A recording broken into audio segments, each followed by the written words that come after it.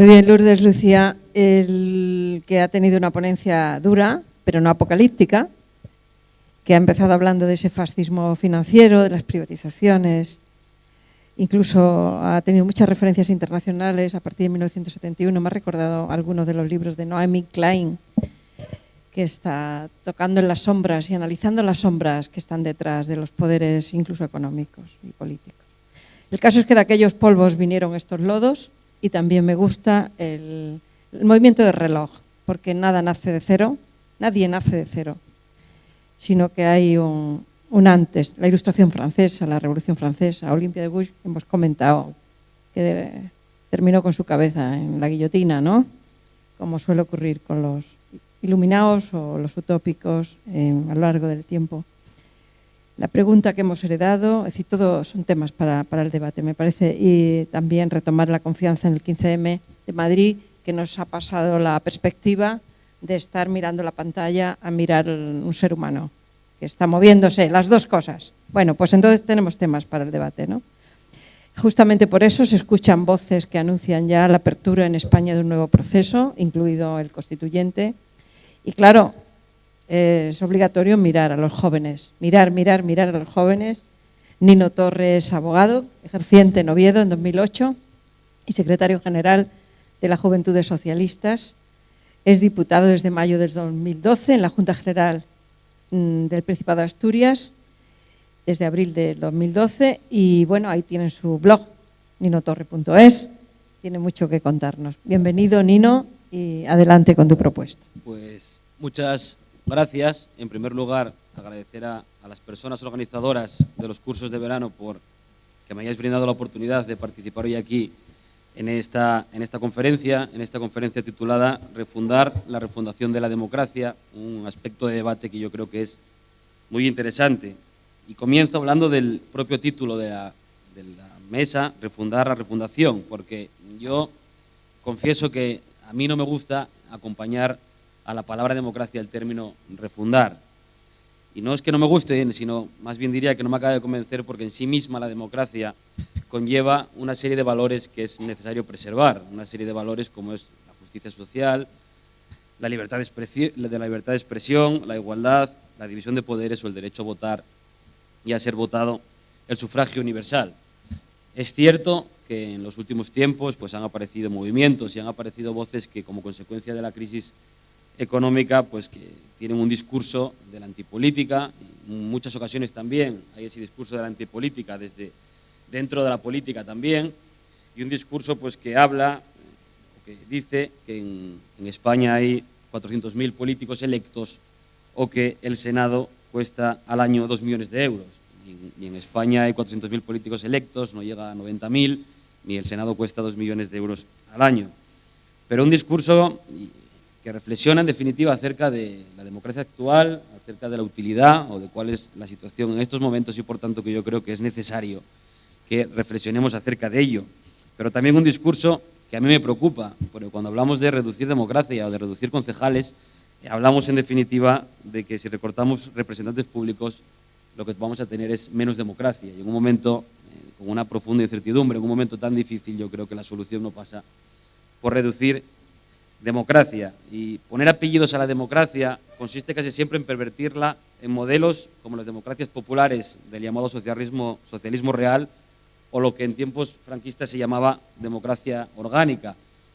En definitiva, esos apellidos que en ocasiones se le pone a la democracia son dictaduras disfrazadas que, como bien sabéis, pues implican la eliminación de derechos fundamentales o de la participación de la ciudadanía. Todos sabéis que en los últimos tiempos pues, es muy utilizado expresiones como sobran políticos, no nos representan, que sin duda vienen de un cabreo totalmente legítimo de la ciudadanía hacia los representantes políticos y que a mi modo de ver el principal cabreo viene por la debilidad de la política frente a los poderes económicos. Yo creo que es el principal problema, que la ciudadanía, o que todos tenemos la percepción de que la democracia no es capaz de combatir a los poderes económicos. Y es cierto que hay que reflexionar mucho acerca de ello, pero que, en definitiva, la involución de la democracia hacia fórmulas totalitarias, pues indudablemente no es positivo y tenemos que armar ese discurso o debatir acerca de ello con cierta cautela. Yo soy de la opinión de que la solución a los males o la solución a la enorme desafección política que tiene la ciudadanía no pasa por la antipolítica o no pasa por reducir democracia en este país. Al contrario, pasa por profundizar mucho más en la democracia, pasa en definitiva por más democracia y mejor democracia, como titulaba en su conferencia en estos cursos de verano el profesor Federico Mayor Zaragoza. El título de su ponencia era Más democracia y mejor democracia, y yo creo que esa es la solución, en definitiva, profundizar acerca de la democracia actual. Y para tener una mayor democracia o una mejor democracia, yo creo que hay determinados aspectos que son necesarios. El primero de ellos, que tiene que ser algo indiscutible, es una mayor transparencia hacia los administrados. Es preciso que todas las decisiones que se adopten desde las administraciones públicas, desde las instituciones, desde la política, sean explicadas mucho más. Es necesario que todas las consecuencias de las decisiones que se tomen en la política pues sean conocidas y valoradas previamente por la ciudadanía. Igual que el médico tiene la obligación de explicar con claridad al paciente cuál es el tipo de enfermedad que tiene, yo creo que los políticos, desde las administraciones públicas, tienen la obligación de explicar con total claridad y certeza en qué van a afectar a los ciudadanos las medidas que están llevando a cabo.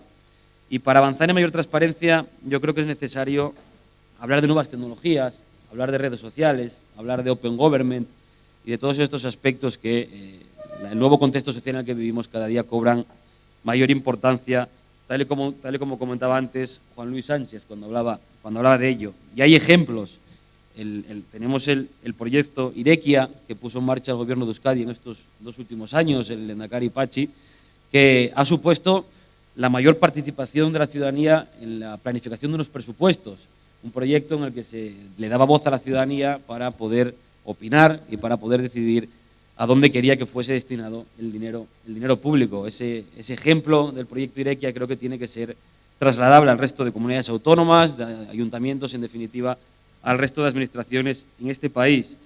Como os decía, es importantísimo avanzar mucho más en el Open Government, en gobiernos abiertos y en presupuestos participativos, y es necesario también buscar fórmulas que aumenten la capacidad de intervenir de la ciudadanía. Yo creo que en los procesos legislativos es fundamental que la ciudadanía tenga una mayor intervención. Es complicado, yo no puedo dar hoy aquí la solución, pero creo que hay que buscar fórmulas que permitan que las leyes que salen desde el Congreso de los Diputados, desde las instituciones, sean también planificadas y diseñadas con la ciudadanía. Por tanto, yo creo que el primer objetivo para profundizar en democracia pasa por una mayor transparencia. Es necesario también un compromiso de todos los partidos políticos con sus programas electorales, y no solo desde el punto de vista ético, sino desde el punto de vista fundamentalmente moral.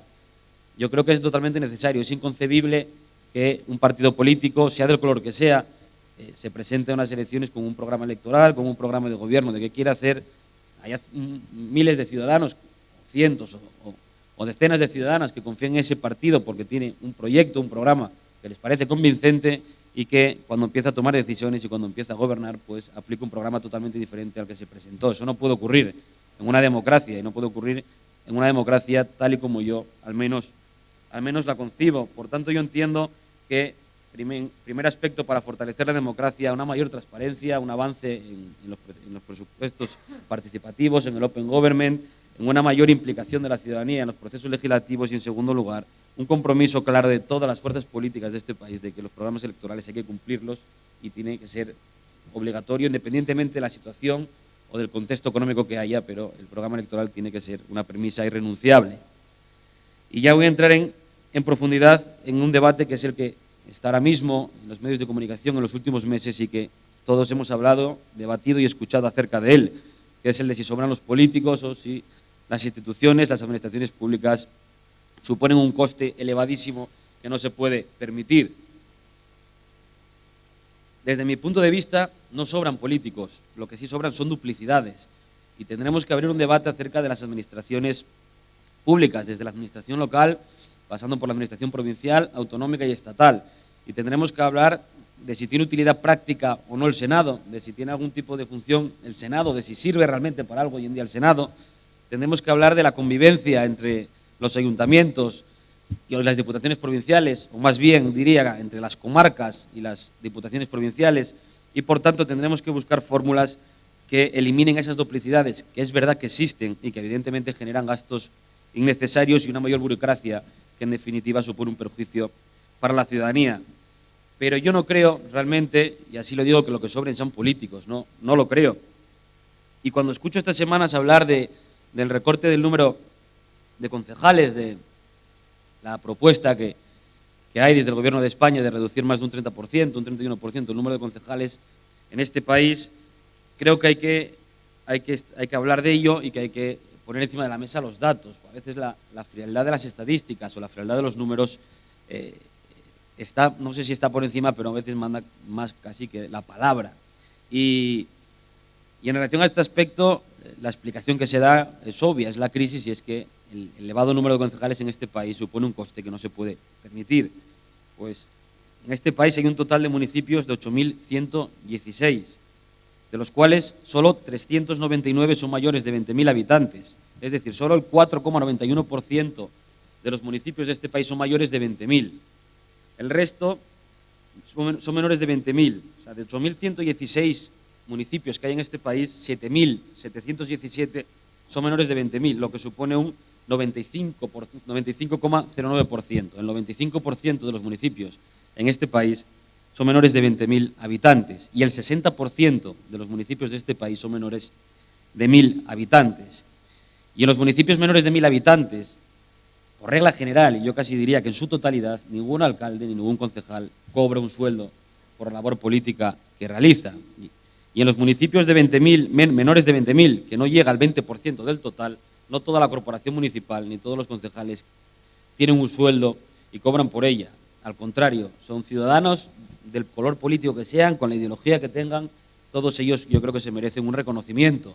Son ciudadanos que tienen su profesión, que tienen su vida, que tienen su trabajo y que en sus horas libres y en su tiempo libre lo dedica a transformar la realidad, a cambiar sus pueblos y a mejorar la calidad de vida de sus vecinos. Por tanto, cuando vemos este debate que está ahí, que es la reducción de los concejales y que en definitiva supone un recorte en democracia, porque al final supone ni más ni menos recortar democracia y menos servicios públicos para la ciudadanía. Hay que hablar de estos datos, y hay que hablar de estos datos que reflejan simple y llanamente que no es verdad que haya 8.000 concejales que cobran o que supone en el conjunto un gasto muy elevado. Yo soy de Asturias, soy asturiano, y en mi tierra, en el occidente o en el oriente de Asturias, en Castropol, en Tapia, en Llanes, en los municipios más rurales, en el suroccidente de Asturias, en los municipios de 2.000, 3.000 habitantes, estos concejales que no tienen sueldo son los que te abren la casa de cultura, van desde su casa a abrirte la biblioteca para que un joven de 20 años pueda sacarse un libro,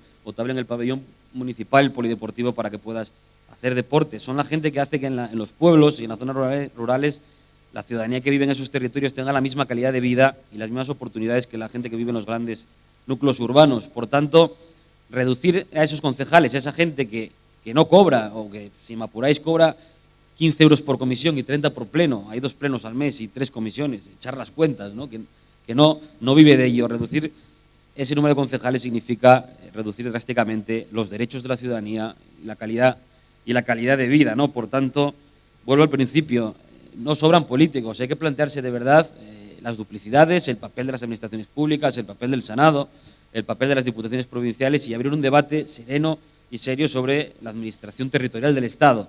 Pero de entrada decir que hay demasiados políticos no es verdad, ¿no? El asunto que está en el Facebook, que está en el Twitter, de que hay 400.000 políticos electos en este país no es verdad. Y no he escuchado a ningún dirigente de ningún partido pues salir públicamente y desmentirlo, ¿no? Yo creo que estas cosas conviene hablarlas. Y al final es verdad que tenemos que fortalecer la democracia, que tenemos que profundizar mucho más en el fortalecimiento de la democracia, como decía al principio, pero si queremos fortalecer la democracia, indudablemente se necesita dignificar la política y dignificar los políticos, porque los políticos y la política son un engranaje necesario de una democracia. Una democracia sin política y sin partidos políticos y sin políticos no existiría.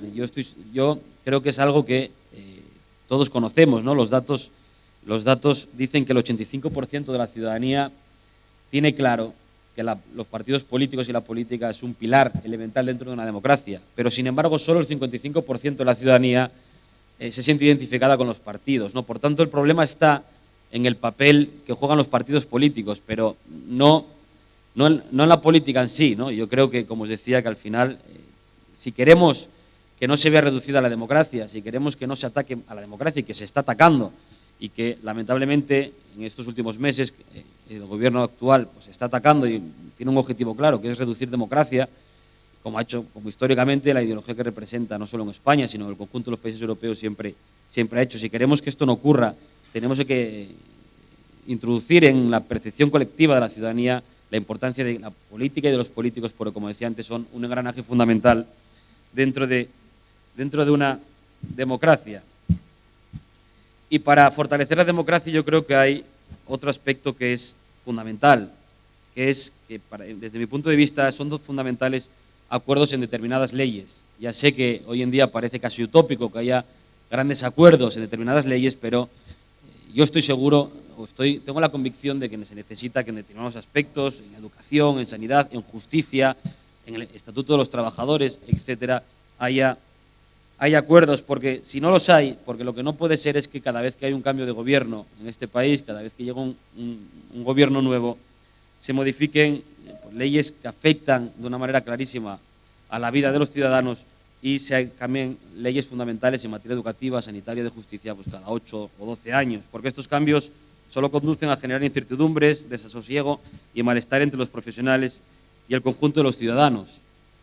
Y alcanzar estos acuerdos exige indudablemente elaborar la legislación con respeto a la Constitución, pero sin que determinados elementos de moral religiosa que deben permanecer en el ámbito de lo privado sean condicionantes para que ciudadanos que no practican ni comparten esa religión vean cercenados o restringidos sus derechos por la imposición de preceptos legislativos que en realidad no responden al respeto de los derechos humanos, sino a convicciones religiosas particulares. Y antes de terminar, sí quería hacer también una reflexión más propia ya, o más específica a la gente joven, a los jóvenes. Y es que a mí me preocupa el sentimiento de pertenencia que tienen los jóvenes para con la Constitución o para con la democracia. Hay que tener en cuenta que en este país solo quien haya nacido antes del 6 de diciembre de 1960 ha votado la Constitución. Todos los que somos jóvenes no la hemos votado, ni tan siquiera vivíamos en la transición en este país, ni nos tocó votarla, y por tanto la gente de mi edad, mis amigos, mis compañeros en la facultad, mis compañeros en mi trabajo, en el despacho, no tienen ese sentimiento de pertenencia con la Constitución como el que pueden tener mis padres o mi abuela. Y yo creo que si no tienen ese sentimiento de pertenencia con la Constitución, es probable que tampoco lo tengan de la misma manera que lo tienen mis padres hacia la democracia. Porque una Constitución que no votamos y una Constitución que 30 años después sigue indicando que la sucesión en la monarquía en este país sigue siendo machista y solo pueden ser monarcas hombres, ¿no? Determinados aspectos que la mayoría de los jóvenes en este país no comparten. Por tanto, yo considero que es necesario establecer un nuevo punto de enganche entre los jóvenes y el sistema democrático. No sé cuál es ese punto de enganche, yo no lo sé, pero creo que es necesario buscar fórmulas que supongan un punto de enganche entre la gente joven y el sistema democrático, o entre la gente joven y la Constitución. Dejo aquí el debate y yo creo que uno de los puntos de enganche puede ser una reforma en profundidad de la Constitución y que la ciudadanía de este país la volvamos a votar y que suponga un sentimiento de pertenencia mucho mayor. Ya termino con una conclusión. Yo considero que hay que hacer cambios profundos en la democracia. Como decía antes, hay que profundizar más, hay que fortalecer mucho más la democracia, pero para fortalecer la democracia es necesario dignificar también la política, porque, como decía, la política es un engranaje fundamental dentro de la democracia. Siempre fue más fácil destruir, desmontar, que construir e innovar. Siempre será más fácil desmantelar derechos y servicios públicos que construirlos. Pero el primer paso es no tener miedo a plantar cara y construir, porque eso, el miedo, es justo lo que el poder económico pretende infundir para poder seguir imponiendo sus decisiones a un poder político acogotado por el miedo, tanto al propio poder económico como, en una especie de paradoja, a la ciudadanía.